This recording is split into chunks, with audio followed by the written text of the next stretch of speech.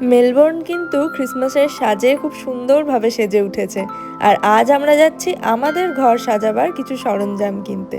সাথে থাকছে এরকম একটা লোভনীয় টেস্টি নরম তুলতুলে পরোটার রেসিপি, যেটা দেখে তোমাদের খিদে পেয়ে যাবে। তাহলে শুরু করা যাক। আশা করি আজকের ব্লগটা তোমাদের ভালো লাগবে। নমস্কার, ভিনদেশি বং বিউটির আরেকটা নতুন ব্লগে তোমাদের সবাইকে স্বাগত জানাই। আজকে আমরা দুটো স্টোরে যাব এবং দুটো জায়গা থেকেই দুরকম আলাদা জিনিসপত্র কেনার আছে। প্রথমেই আমরা চলে এসেছি মায়ারে, কারণ এই স্টোরটা তাড়াতাড়ি বন্ধ হয়ে যায়।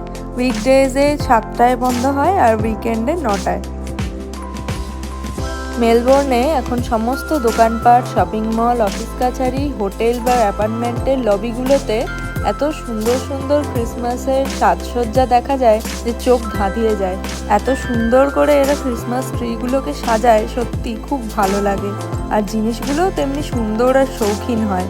তবে এর মধ্যে কিছু কিছু জিনিস আছে যেগুলো রিজনেবল প্রাইস হয়, আর কিছু জিনিস আছে যেগুলো অনেকটাই এক্সপেন্সিভ। স্যান্টাগুলো দেখো কি কিউট, কি হ্যাপি, মনে হচ্ছে কাছে গেলে হাই না বলে দেয়। মায়ারের পুরো বেসমেন্ট এরিয়াটাকে ক্রিসমাস শপিং সেন্টার করে দেওয়া হয়েছে।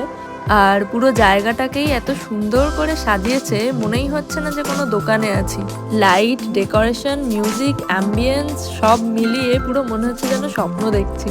শপিং মল বা দোকানপাটে যেই সুন্দর করে সাজানো ক্রিসমাস ট্রিগুলো আমরা দেখতে পাই, সেগুলো এতটাই বড় হয়, এত জিনিস সব মিলিয়ে এত জায়গা লাগে যে আমরা যারা সিটির মধ্যে অ্যাপার্টমেন্টে থাকি, আমাদের বাড়িতে অন্তত এই গাছগুলো রাখার জায়গা নেই। তাই আমাদেরকে এর থেকে তুলনামূলকভাবে ছোট কিছু নিতে হবে।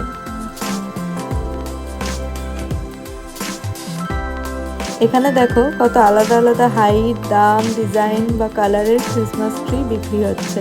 এখানে কিছু স্যাম্পেলও রাখা আছে আর কয়েকটা গাছ ওরা ডেকোরেটও করে রেখেছে।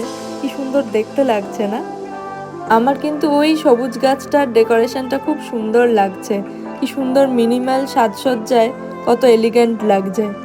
তোমাদের কোন গাছটা বেশি ভালো লাগলো আমাকে কমেন্ট করে জানিও কিন্তু। এটা বেশ সুন্দর, কি কালারফুল, তাই না? এখন যেই স্টোরটাতে আছি এটা হলো কে মার্ট।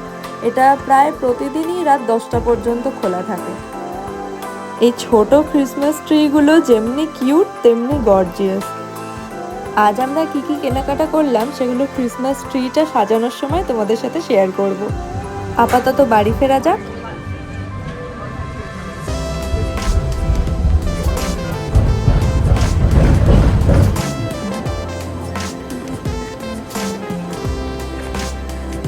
আমার মতে আজকের ভিডিওর বেস্ট পার্টটা এবার এসে গেছে।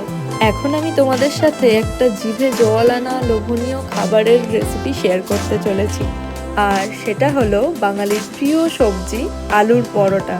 তবে রেসিপিটাতে একটা ছোট্ট টুইস্ট আছে, যেটা পরোটাকে আরও সফট আর টেস্টি করে তোলে।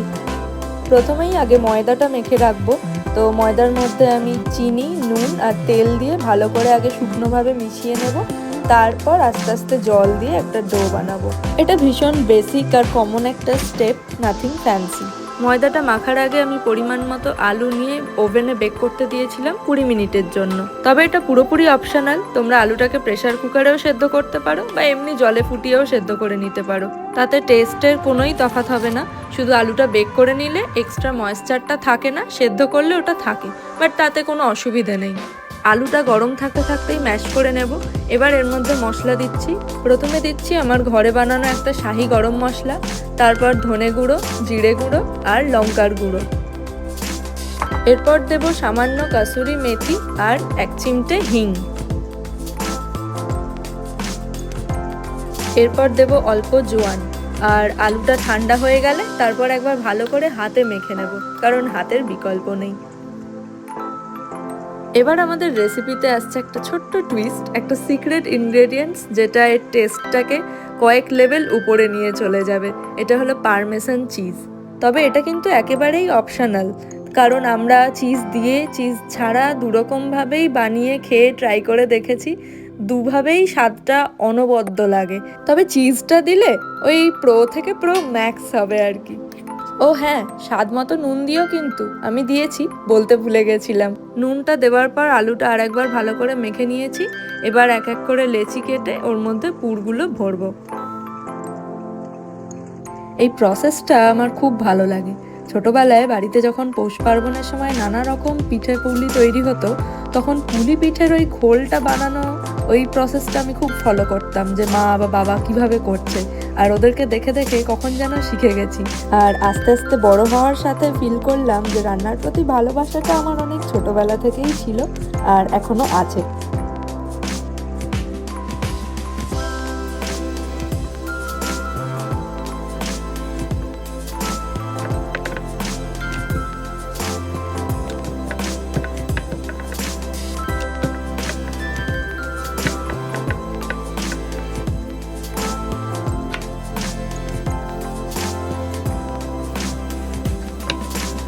মাকে দেখি রুটি বা লুচি বেলার সময় লেচি টাচই করতে হয় না, একা একাই ওটা কি সুন্দর বেলুন দিয়ে ঘোরায়, আর রুটিটা ঘোরে আর গোলও হয়ে যায়।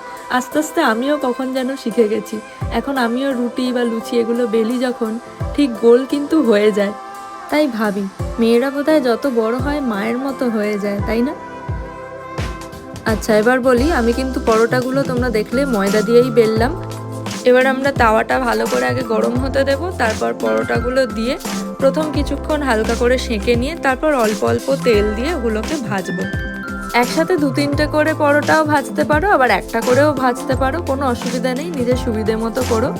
শুধু দেখো পরোটাগুলো যেন খুব বেশি ভাজা না হয়ে যায় আর খুব বেশি সেঁকাও না হয়ে যায়, তাহলে পুড়ে যাবে বা শক্তও হয়ে যেতে পারে। পরোটাগুলো কি সুন্দর ফুলে উঠছে দেখো, এটা দেখতে দারুণ লাগে, তাই না?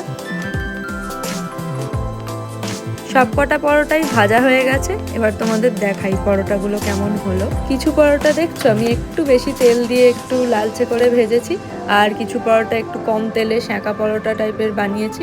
কারণ লুচি হোক বা পরোটা আমার একটু লালচে করে ভাজলেই বেশি ভালো লাগে, আর কৌস্তবের একটু কম তেলে সেঁকা পরোটা বেশি ভালো লাগে। অনেকক্ষণ ধরে এটা আমি রান্না করছি, গন্ধ পাচ্ছি, তো এবার আর লোভ সামলানো যাচ্ছে না। আমি এবার একটু টেস্ট করে দেখি পরোটাটা কেমন হলো। এর সাথে আমি আপাতত একটা ডিপ বানিয়ে নিচ্ছি, ডিপ বা রায়তা বলতে পারো, তবে খুব সিম্পল আর বেসিক বানাবো। তার জন্য আমি নিয়েছি 2 চামচ ইয়োগার্ট, একটু চাট মশলা, অল্প ধনে জিরে গুঁড়ো আর নুন, ব্যাস। তোমরা তোমাদের পছন্দ মতো ইনগ্রেডিয়েন্টস দিয়ে রায়তাটা বানাতে পারো। তবে পরোটাটা খেতে যেমনি ভালো হয়েছিল তেমনি সফট হয়েছিল, মুঠোর মধ্যে চলে আসছিল। তোমরা বাড়িতে বানিয়ে খেয়ে দেখো, দারুণ লাগবে। যাই হোক, আজকের ভিডিওটা এখানেই শেষ করছি। ভিডিওটা দেখে ভালো লাগলে প্লিজ একটা লাইক করে দিও, আমার চ্যানেলটা সাবস্ক্রাইব করো, বন্ধু বান্ধব পরিবার সবার সাথে ভিডিওটা শেয়ার করো, আর কমেন্ট করে জানিও ভিডিওটা দেখে তোমাদের কেমন লাগলো। আজ তাহলে আসি, দেখা হচ্ছে পরের ভিডিওতে। Thanks for watching, by.